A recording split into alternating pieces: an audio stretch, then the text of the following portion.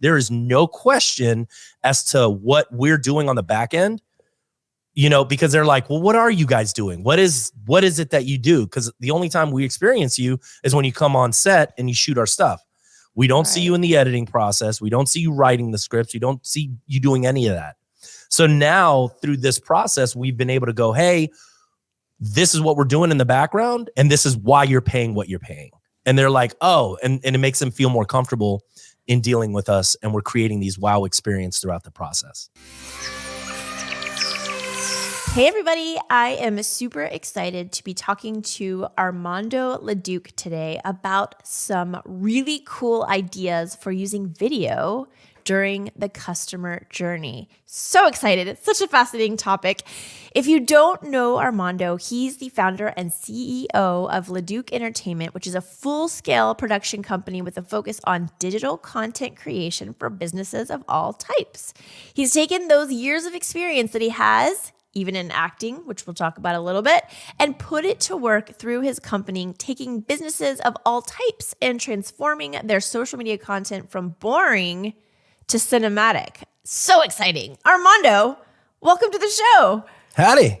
Howdy. Howdy do. So excited about this topic because I talk a lot about the customer journey, and I've never thought about using video throughout the customer journey. So I got to settle down here. I'm so excited. But first question's always first. What made you decide to go out and do this for other people? Like, what made you decide to start your company?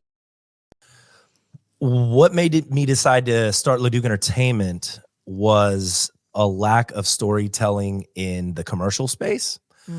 And so I, coming from an acting background and in improv and creating movies and stuff, I was like, why can't we do this same thing, but for businesses so that it's much more fun to look at? Yeah. And so I started it in 2012 under the name Sketchy Characters. But then I was like, nobody's going to pay me money or they're not going to write a check to Sketchy Characters. So I ended up rebranding to Leduc Entertainment, which was a good idea. I still have Sketchy Characters for my fun stuff, but I do all of my corporate and commercial stuff with Leduc Entertainment. I actually love Sketchy Characters. I would be happily write you a check because I think it's such a great name. So what kind of clients do you serve now? Like, who's coming to you and saying, like, help me? Is it everybody, or is it a specific industry or niche? So we work with service-based businesses. We have attorneys that we work with, family law, personal injury, property and casualty. We also work with a tour company, Haunted History Tours here in New Orleans. So we do their content. We work with a DMC. They're a destination management company. So they put all of the parties together for corporate clients. And so we do their content.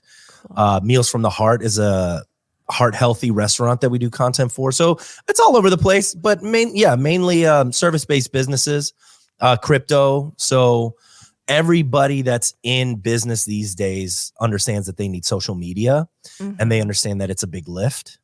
So we've sort of taken that side out of that for them. And so we have 3 different ways we can help. We can do like the done for you, where we come in and do everything, or we have it done with you, where we'll hold their hand through the process. I love that so much. Okay, so then let's talk about, because backstory, when we were on our pre-call, you were mentioning about how you can integrate video into the customer journey. And I was like, wait a minute, what?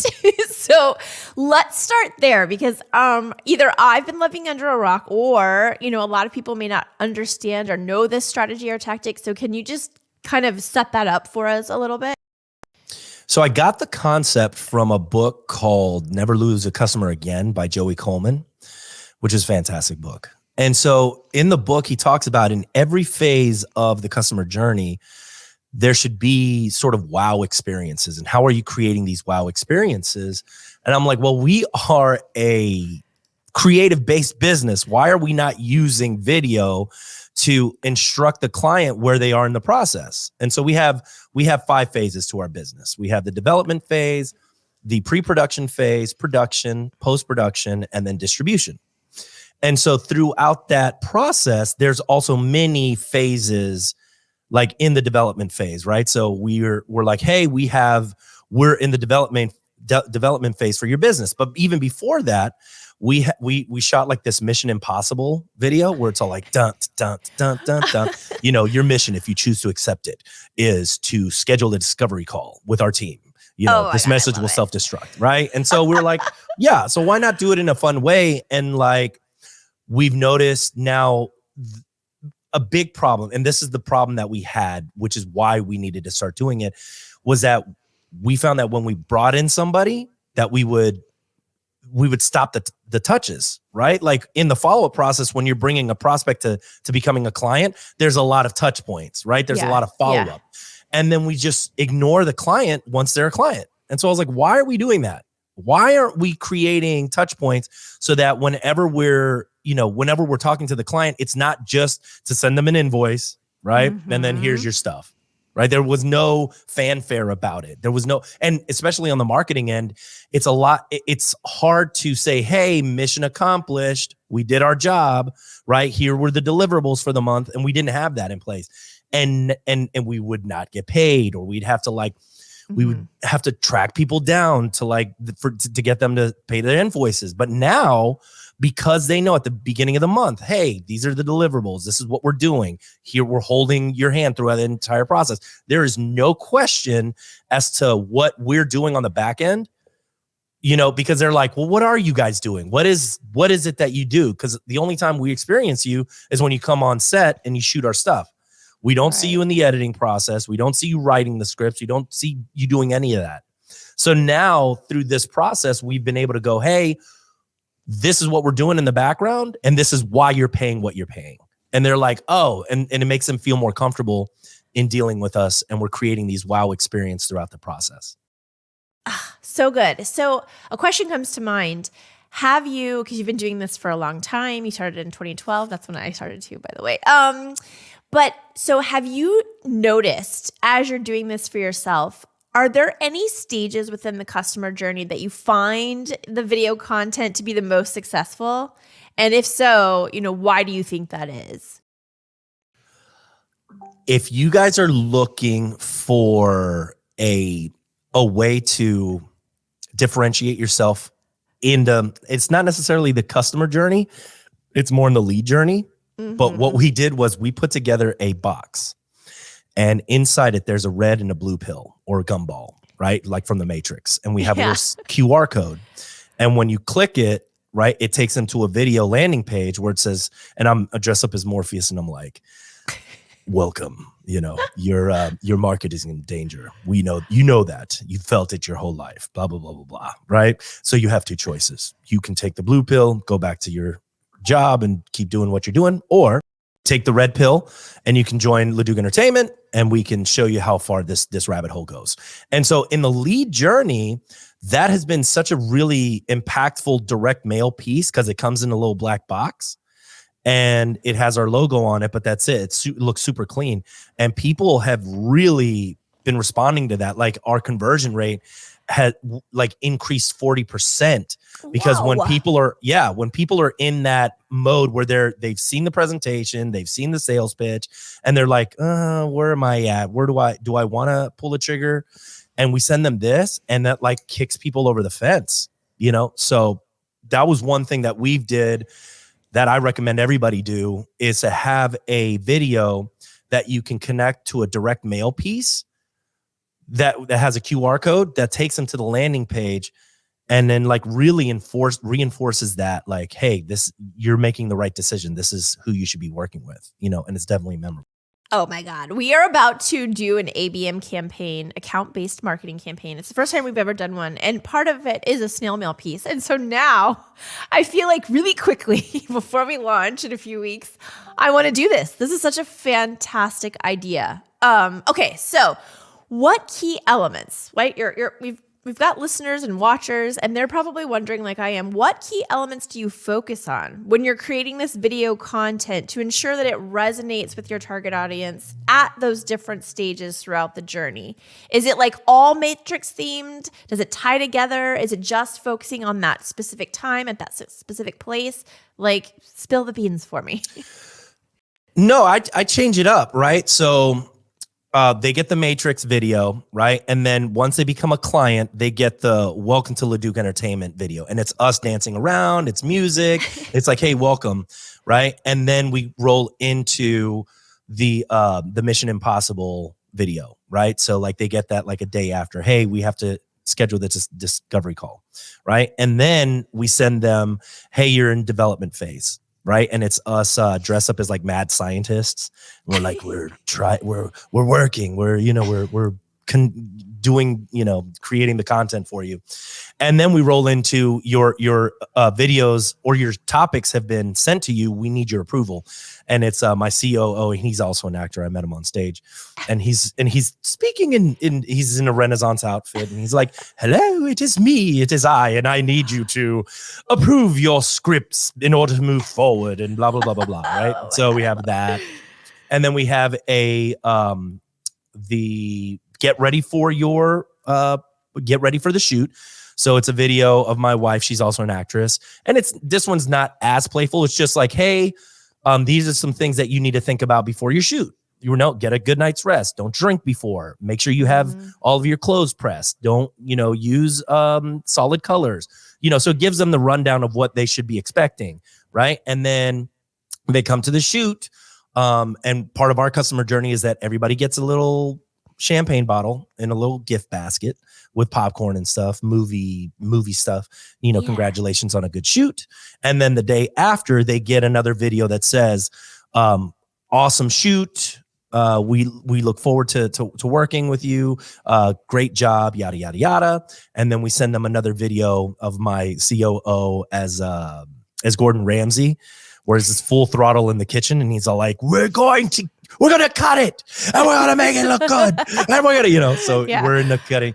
And then we have another video that says, hey, your videos are approved or they're ready for your approval. So we send it to them. And when they don't approve their videos, I'm dressed up as Russell Crowe in The Gladiator, where I'm like, are you not entertained? Approve your videos, So then they get that email. Then they get another email that like, okay, once it's approved, we're into it's a Hogwarts Harry Potter themed. We're going to now distribute your content, right? It's in distribution. And then we have the final one at the end that says, hey, mission accomplished. We're in Army fatigues and Navy SEAL style. And we're like, mission accomplished. We did this. And this is blah, blah, blah, blah, blah, So throughout that entire process, we're trying to entertain. Yes. Without it just being like such another drag, right? Like every time they receive correspondence from us, I want them to feel good, right? Like, look, they care. So that's why we started doing that. And it's just been a game changer. Yeah. Okay. That sounds a little stressful. Like you and your wife and your COO, you're all actors, right? You can do this so easily. I, believe it or not, hate being on camera. I hate my voice. I hate the faces I make. I hate that I talk with my hands. So can you share, and I'm sure other people watching or listening feel the same way, can you share like a client story where they did what you did in a successful way, but they did it in their way? So it's not so like we don't have to feel like we have to have like 76 outfit changes and be amazing actors. So think about it in terms of the shoot day, right? Because you're going to batch create that content anyway, right? It was super easy. We shot it in front of a green screen so we could change the background up. But for clients like attorneys, they're not going to do that. You know what I mean? Like they're not going to be funny like that. They want to know, if you get hurt in a car accident, well, this is your customer journey. And so throughout it, we scripted it for them. We shot it, and it's just them talking to the camera as if they're the client. Hey, we understand that you were in probably one of the most traumatic moments of your life. Throughout the next weeks, we're going to be sending you updates as to where you are in the process. Because when you get hurt in an accident, you don't know what to do, right? And so you want constant communication from your attorneys, but the attorneys can't necessarily give you all of that, attention. So if you can send emails that are like in video form that they can see you, the owner of the company, the owner of the law firm or the company, where they're like, oh, okay, I'm being updated. I understand where I am in the case. That way there's no questions, right? And so when at the end, you're asking for the review and referral request, and we have a video for that too, that they give it to you, right? They give you that 5-star review on Google. They give you that 5-star review on Facebook. And the customer journey has been such a pleasurable experience, even though they're going through something traumatic, right? Yeah. I love that you said for reviews. I think that's brilliant too. So dig into that a tiny bit for everyone and talk about like what the review video looks like, whether you're an attorney or we can do really cool things like Armando. Reviews it's so easy to get a referral or a review, but people don't do it. Why? Yeah, because they don't feel comfortable asking. And it's hard. If I ask you right now, hey, Brooke, do you know anybody that could use our services? If you gave it some time, you do know, right? But maybe right on the spot, you'd be like, I'm on the spot. I don't really know, right? But if I ask you, hey, Brooke, I know that, number one, did you like my services? Of course, I love it.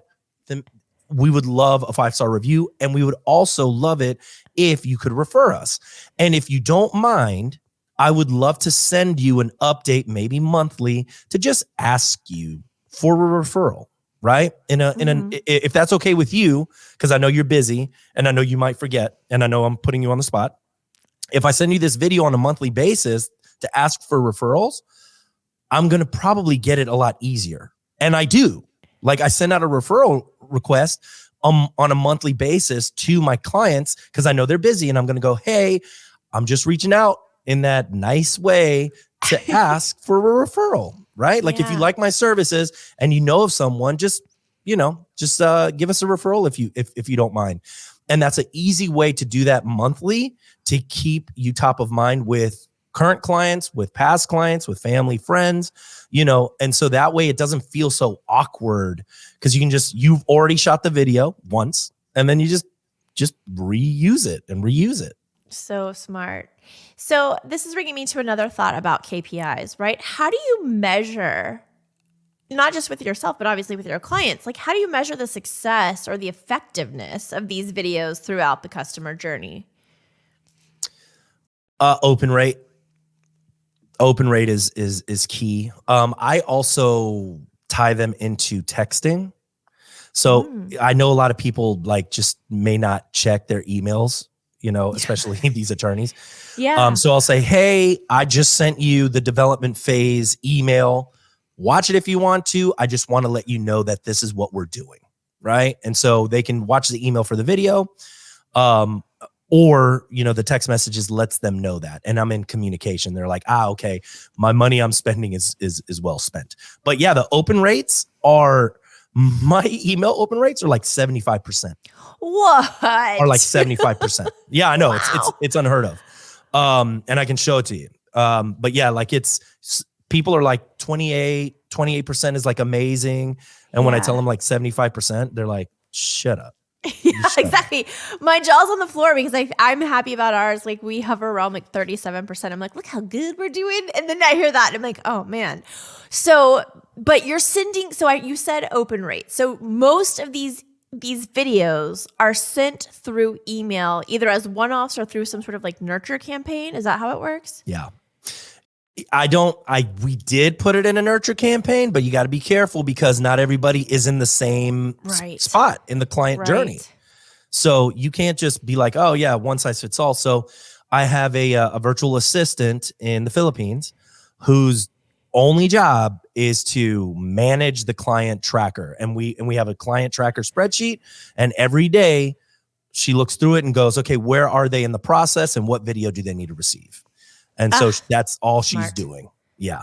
We did, and trust me, we did go the automation route.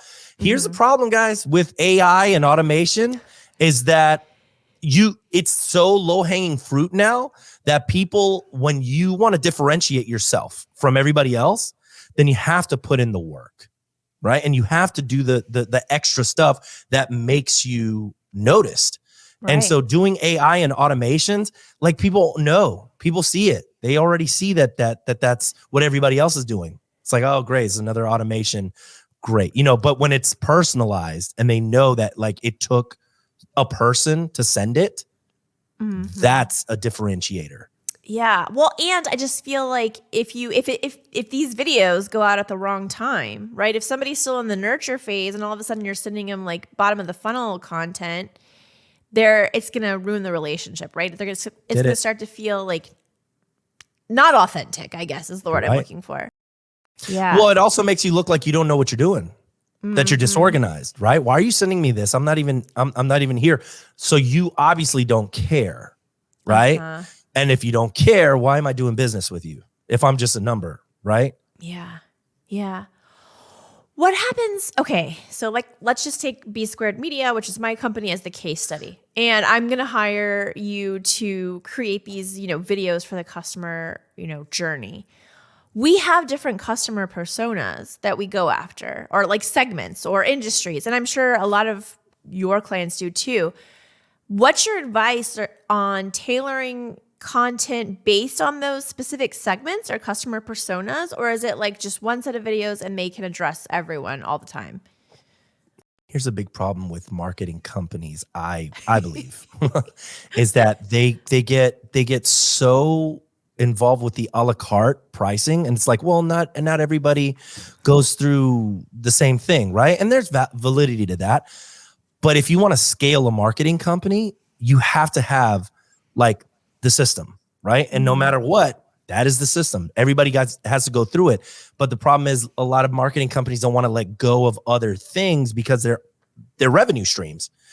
But if you can create the system and go, hey, this is the system, no matter what, everybody goes through it, then you don't have to worry about it and you can scale that way. But if it always Uh, has to, if it always relies on Brooke to make the decision, it's just not going to scale. It's not a scalable model, right? And so, in a lot right. of marketing companies, because there's so many facets to marketing, they're holding themselves back because you will always have to make that decision. You will always have to be the one to go, yeah, even if you have a room full of 50 people, there will always be like, oh, I have to consult with Brooke or management in order to go, okay, this is what they need. So this is what we need to create for them.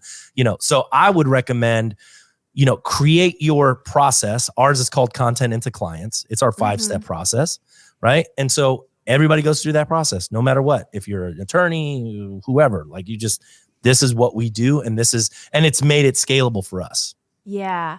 I'm hearing what you're saying, and here's how I'm taking that advice. If you are listening and watching and still not quite there yet, what I understood you just say was like we should focus on one service segment. We're a service-based marketing company, so maybe we are going to focus this video, through the journey for our social media customer care clients. And then that way we know what it is, right? There's no having to change. We don't have to worry about segments. We know what the pain points are, etc. And then Mhm. maybe if that goes well, then we could go and do it for some of our other services. But I like that idea a lot. It makes it feel a lot less scary too.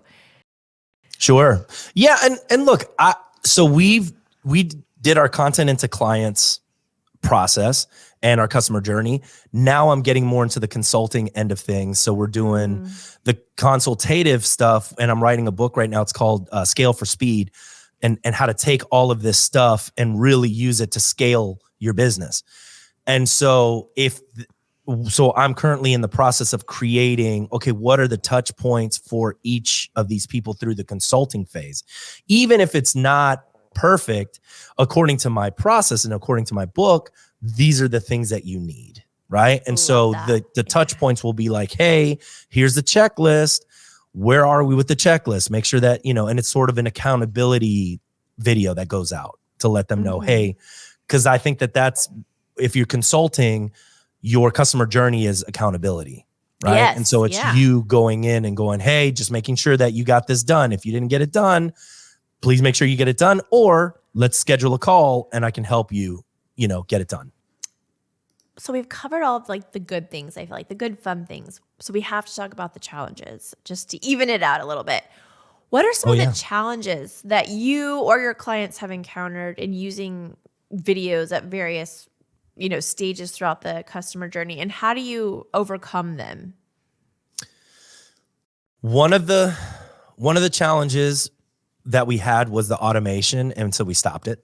Mm-hmm. So we were just like, look, we're just going to have to bring it in house, and we're just going to have to be intentional about it. And yes, it's more labor intensive, but it's a better overall experience. Yeah.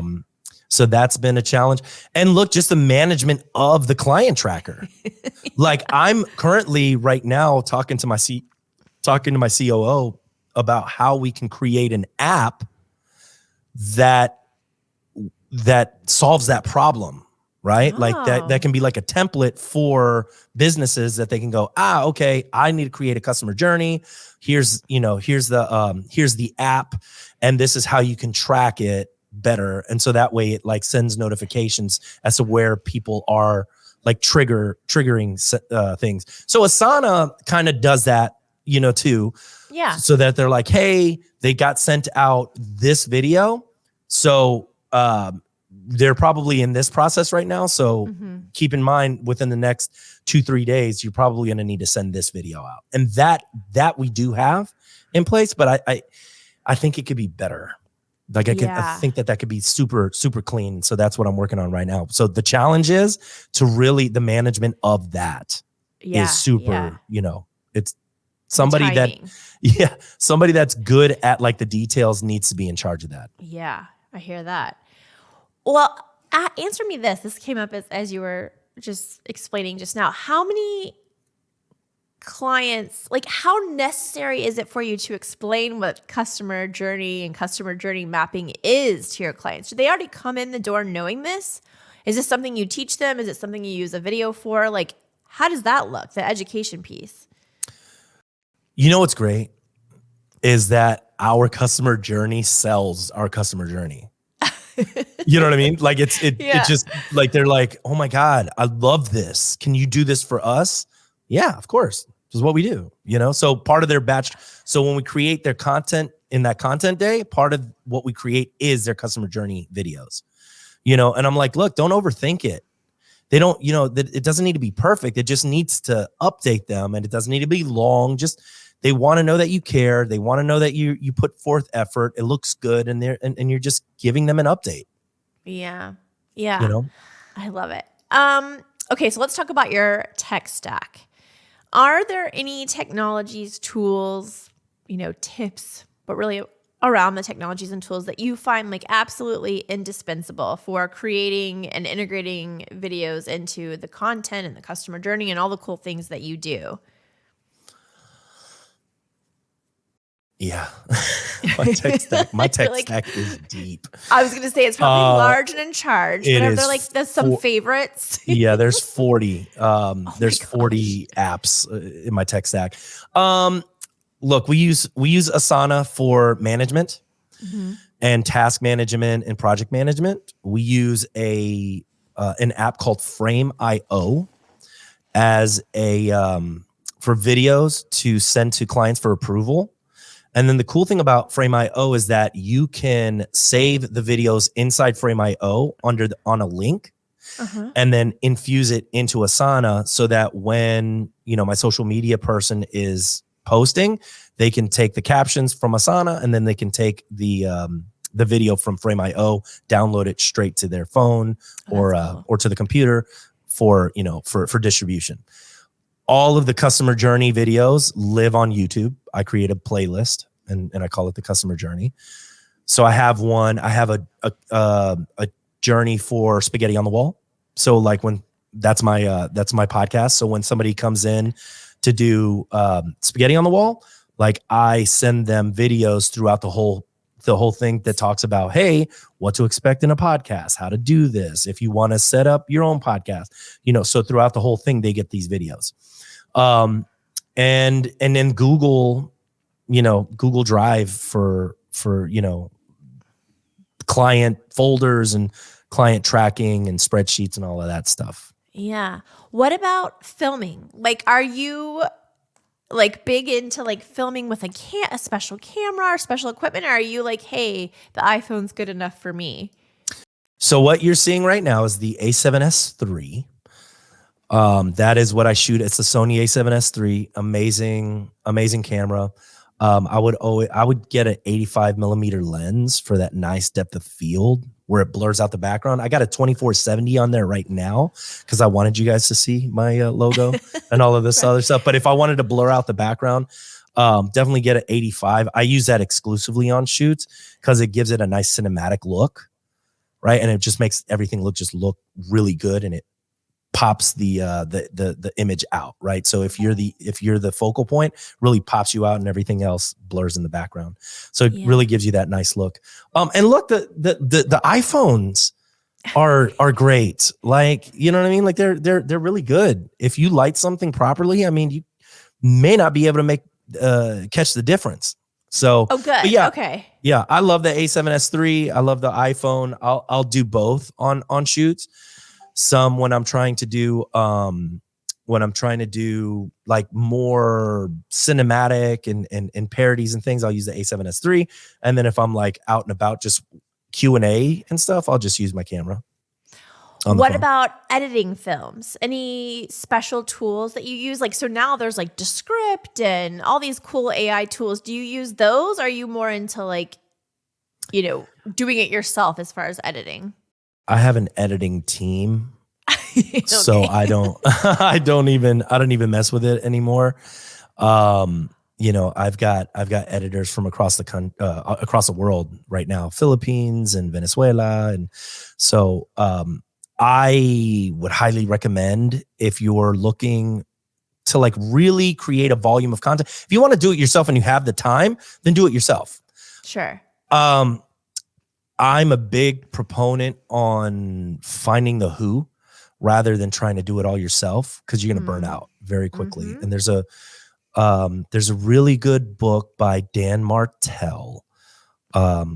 It's called Buy Back Your Time. And Buy Back Your Time it was just a really good book where it really talks about, hey, how much money are you making a year in revenue? You divide that by 2,000, right? And then that's your monthly income, and you divide that by 4, I believe. Anyway, you get your hourly rate, right? No, yeah, you get your hourly rate, and then you divide that by 4, and that is your buyback time. So you should be paying somebody a quarter of what you're making hourly to do the things that you're not good at. If you really want to like move, if you really want to like, so that way, it's funny. I don't cut my grass, right? I don't do lawn work. Right. And so my wife likes to do it. And so she goes and does it. And my mom is like, how dare you? You're the man, blah, blah, blah, blah, blah. And I said, do you know? And it's not a cocky thing or ego. It's just like, my time is worth this much. So I feel like my time is better spent. And look, I told my wife, I said, you don't have to cut the grass. We can hire a lawn care company to do it. You like it, so great. You have the green thumb. You handle that. But I find it better use of my time to work on like ideation, creation, building leaders, consulting. That, when I'm in my superpower, I'm going to make more money, and then I can let other people that are good at that do that, right? Because I'm going to destroy the lawn. Yeah. you Same. Like, I feel like we have lawn service too. And I would be happy to do the yard if somebody got me a riding mower. And I feel like it's probably just cheaper to pay the people than it is to buy Brooke a riding mower. So I feel you. It's all about budgets. And speaking of budgets, here's another, question that I have. High quality video production is not inexpensive, right? Yeah. So how do you, when you're having the content to client dance, how do you talk about budget constraints? But also the need to have high quality. Love it. So I'm gonna drop a little gem for y'all. Let me drop a little gem for you guys. If you don't have the budget to hire like a company like mine to come out and do it for you, go to the university. If there's a film program there, go over there, talk to the head of the film program, say, hey, I have a business. I really need help. would love to, hire one of your filmmakers to come out and shoot. One, these guys want to shoot, Right. and they want to make money, and they're not going to charge you what I would charge, right? Because they're first starting out. So just go there and you can get these guys for like 15 an hour. You know what I mean? To come out, and they have their equipment. And look, you don't need equipment. Just be like, hey, you're a filmmaker. Please, here's my phone. Shoot it. Please shoot it for me, right? Then get on Fiverr and find yourself some editors and say, hey, if I can give you all of this footage, can you edit these clips? And these guys know how to edit these, 45-second, 1 minute long reels with subtitles and music and the whole nine, and then get on Fiverr again and find yourself a social media manager that can manage it for you. You know what I mean? And that's the inexpensive way. If you don't have the money, that's what I would do. That's what I have done in the past.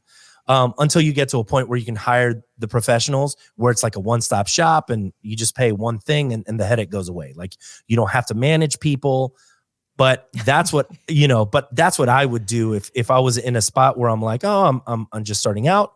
And that's why we do our thing with sort of the done with you service. The consulting aspect is where we sit down and I'm like, all right, I'm going to give you the tools and tricks that you need to get this done on more of a smaller budget. And then once you start increasing that ROI, then you can come and hire me, and then we can come do it for you. You heard it here, folks. Go hire Armando after you try the other way, which won't be fun. It's really not. It sounds terrible. Where do you see the role of video going in the future? How should agencies prepare to stay ahead of the curve with all the technologies and tools that are hitting us with AI? Just what's your what am I trying to say? The little ball, magic ball. What's your magic ball? Yes, say about the future of video. Crystal ball. I will tell you this. Every company is going to have some sort of a production company aspect along with their service that they provide. Whether they're a plumber, they're also going to have some sort of production company or some aspect associated, whether they bring it in-house or whether they hire somebody else. AI is going to help with the jumping off points. But once again, what's happening is you can tell when something is written by ChatGPT now. You can. Mm-hmm. It is immediately, and we use ChatGPT as jumping off points, right? Sure. It's the heavy lift. It's the, hey, I have a question. Kind of give me some jumping off points, right? And then it does it. But what it's not replacing is the face yet. I mean, I know that they have the mouth that moves for you and stuff, and it looks really weird. We're not to that point yet. Don't know what that looks like, but I will say that the podcasts are going to do really well.